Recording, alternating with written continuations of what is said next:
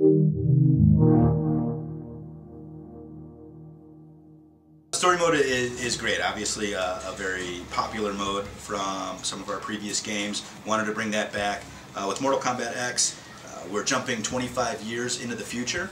We're from the events of Mortal Kombat from 2011, and what that does, it allows us a couple of things. First off, we're introducing a bunch of new characters, which we're excited about. We're actually able to see the descendants of some of our more popular characters from games past. So we're seeing the daughter of Johnny Cage and Sonya Blade, Cassie Cage. We have Takeda, who is the son of Kenshi, trained by Scorpion. We've just introduced Jackie Briggs and Kung Jin, who are two new characters, also descendants of some of the more iconic characters from the past. It also allows us to kind of see how things have unfolded for some of the classic characters. The fallout from the sort of mind-blowing events from Mortal Kombat of 2011. So yeah, we're really excited to sort of bring that mode back and really beef it up for Mortal Kombat X. We heard you talking about the faction war before, so if you could just go into a little bit of depth about that. Yeah, absolutely. The faction war is it's an online metagame where everyone who's playing the game has the opportunity to join one of 5 factions. They're based on the lore of Mortal Kombat. You can join White Lotus, the Special Forces, Brotherhood of Shadow, Black Dragon, or the Lin Kuei. Once you've joined one of those factions, pretty much everything you do, almost everything you do in the game is going to add to your faction war point effort.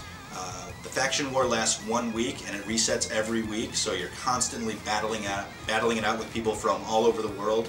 It's platform agnostic, it's region agnostic. Everyone who's connected has the opportunity to play this faction war.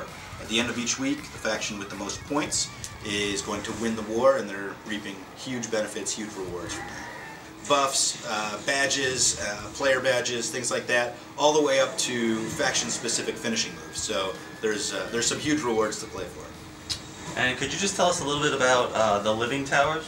Yeah, the Living Towers is a new online mode. It's single-player online.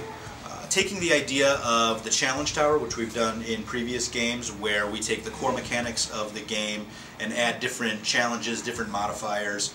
Some of the things that you're likely to see are projectiles falling from the sky, or the screen tilting, or gravity being eliminated, so you can juggle your opponent 100 times in the air. We're taking those ideas and making it a dynamic online experience, which means that we're able to refresh it and change it constantly. So we've shortened it.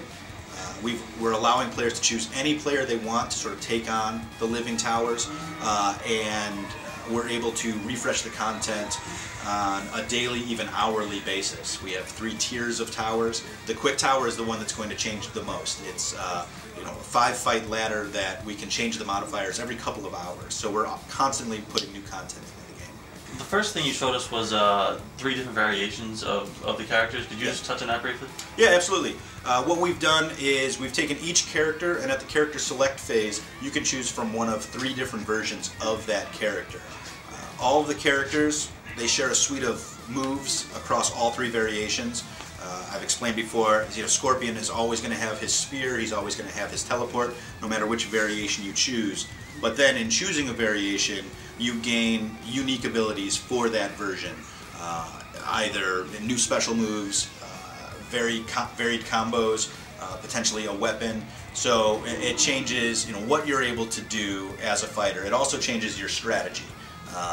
It allows players to stick with characters they love and know, and our players tend to have favorite characters that they play with, but it gives them more depth of strategy, so that if there's a matchup that isn't as advantageous from the base of that character, they can choose a variation and make it an advantageous fight for themselves. And last but not least, if you could just tell us about the mobile game? Yeah, we just announced Mortal Kombat X for mobile. It's a great game. It's a fighting game and card collections hybrid.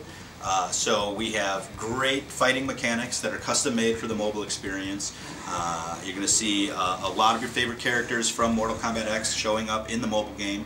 There's also a card collection strategy to it, so you're constantly trying to upgrade your characters, upgrade your roster. It's 3v3 fighting. touch-based fighting mechanics, and we're launching with a single-player mode. We're launching with multiplayer, which is async multiplayer, challenge mode. It's a very full game at launch. It's launching early April. It also ties into the faction war. So whether you're playing on mobile or on console, you're constantly contributing to your faction effort. And yeah, we're really excited about it. We jumped in as NetherRealm Studios into mobile a few years back, and we're having some great success, and we're having a lot of fun doing it.